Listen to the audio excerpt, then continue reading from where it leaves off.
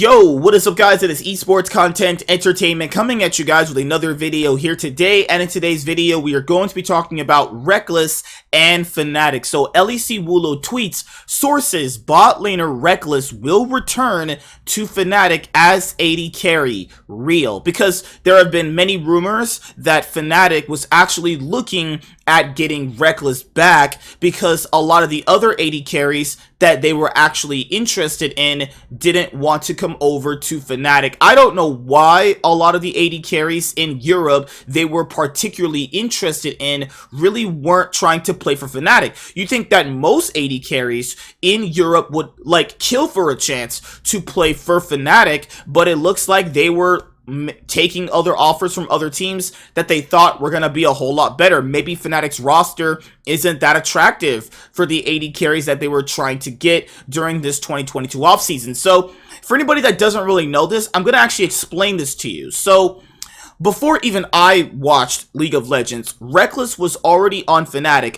I'm pretty sure he joined Fnatic like early 2012, but he officially played during the EULCS 2013 spring split on Fnatic. He was on Fnatic for 2 years, and then when Fnatic lost in the group stage during the 2014 League of Legends World Championship, Rekkles actually joined Alliance, who was a EULCS org at that current moment in time, because Rekkles joined Alliance with Froggen, who was a famous EULCS mid laner at that time, to form a super team. And as you guys already know, in League of Legends, super teams don't actually really always do that well. So he joins Alliance during the EULCS 2015 spring split, and then they actually don't even make the playoffs. They actually failed to make the playoffs, and they actually look really, really bad.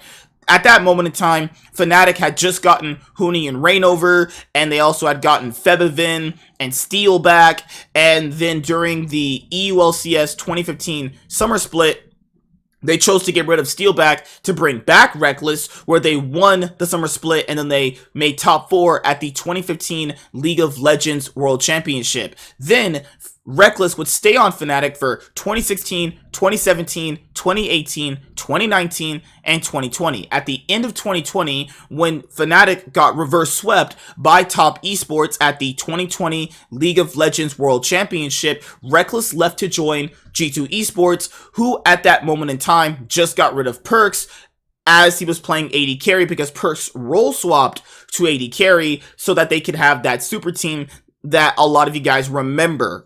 So we know all the context there, but there's another layer of context that a lot of people really just don't bring up. So when G2 Esports created that super team with Wonder, Yankos, Caps, Perks, and Mickey X, that specific G2 Esports roster is the best Western League of Legends team ever. They won MSI back in 2019. They had won the past 4 splits.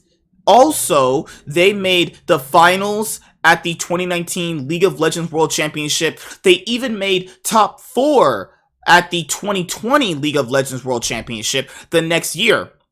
Fnatic had battled G2 in 3 straight finals and ended up losing every single time. The only really close final was the 2019 LEC summer split, where they went 3-2. But they ended up losing, by that one game, actually. So, because people are going to say, didn't they make the spring split finals in 2019? No, they actually lost to Origin in the LEC 2019 spring split. So, Fnatic were actually going through a lot of issues back then. I mean, you have to deal with players like Nemesis, you had players like Selfmade come in, you had coaches like Mithy coming in. It really was a weird, awkward time for Fnatic. This is also when Bwipo was still playing top lane for Fnatic. You could tell the Fnatic roster had a lot of issues, and Rekkles ended up leaving them again, because Rekkles would always get to the finals, albeit those past 3 splits. Fnatic had really always been in finals for a long time, but,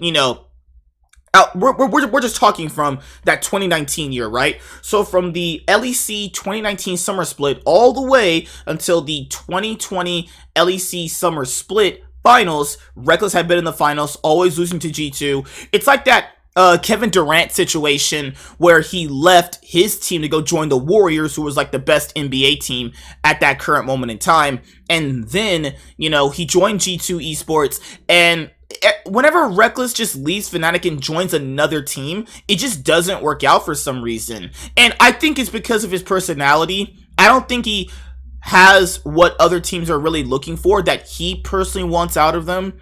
I mean, it doesn't work out for a lot of these teams for a lot of reasons, but people need to understand this though, because this is a layer of context that people do not point out. He left Fnatic because Fnatic kept losing to G2. At that current moment in time, there was just no real world you could see like Fnatic beating G2 with that roster. So after they get rid of Rekkles, they bring over Upset. Now, what's crazy is that in the 2021 LEC season, during the summer split, G2 and Fnatic were fighting for the final world spot, actually, to go to the 2021 League of Legends World Championship, and Fnatic ended up beating G2 with Upset, actually, in a 3-2 best-of-5, just complete slobber knocker. It wasn't really that good of a BO5, but because Fnatic were really just trolling, like they could have easily beaten G2. Like, G2's Rekkles was not really that good, you know? So then you have this other situation now where after Rekkles fails on G2, he goes to Carmine Corp, and then, you know, other AD carries at Fnatic are trying to get in the 2022 League of Legends offseason. It's just really not working out. And then they bring back Rekkles. Now, I really don't understand why would you ever bring back Rekkles when Upset was just way better. Like, Upset was just better in every single regard compared to Rekkles. I know Rekkles won Fnatic more titles, obviously, based off how easier it was to kind of win EULCS back then, when Fnatic really were just, like, unchallenged by a lot of the other orgs. Like, because Fnatic really only were challenged when G2 came into the league. I mean, Fnatic were winning literally everything, and then when G2 comes in, they stop that, because G2 just created better rosters in general. Then you had Rogue and Mad Lions coming in and winning more than Fnatic. I mean, Fnatic haven't won a title since the EULCS 2018 summer split. It's been a little bit of time. Like I said before, Fnatic might not be winning a title for as long as Cloud9 didn't win a title, actually. It took Cloud9 about 6 years to win a title, you know, and Fnatic are creasing up on that. It's now 5 years. If they don't win anything in 2023, it'll be 5 years. Well, no, it'll be like, what, 2019, 2020, 21, 22. Yeah, about 5 years, actually. So, my other thing here is, it's the same thing that Mad Lions is doing. Why are you getting rid of the better player? It's mostly because maybe Rekkles would fit their system better, but is Rekkles gonna really fit their system better? I mean, I don't really know about that. I mean, this guy has left twice, actually, to join another org if he thinks it'll give him the better chance. And I know people, you know, think of it as betrayal, but it's not really betrayal. It's all about business at the end of the day. It's like, you know, you just go for the best options that you think is gonna be the most beneficial to you. Well, there's nothing wrong with that. It's just more like, what do Fnatic really want out of an ADC? Because I personally think Fnatic needed a more aggressive ADC in a lot of their different games that they had played with Rekkles in the past. They finally got, you know, an aggressive ADC in Upset. I think Upset and Hylissang were actually a pretty good bot lane, all things considered, but I think it was just based around Hylissang. I think Hylissang and Upset really didn't have the best synergy. They might have disagreed on how they wanted to play the game, how they wanted to play the lane. We'll have to see how it goes. But yeah, Rekkles is back on Fnatic. Again. He has joined Fnatic 3 times, literally, what, 3 times at this point. Or, sorry, he has rejoined Fnatic twice at this point. Well, no, this is his 3rd time rejoining. Yeah, this is his 3rd time joining Fnatic. That's ridiculous. Oh, yeah. But I will see you guys later. Like, comment, and subscribe. Most of all, enjoy. I am MSK. This is Esports Content Entertainment, your one place for esports content. Alright, guys. Deuces.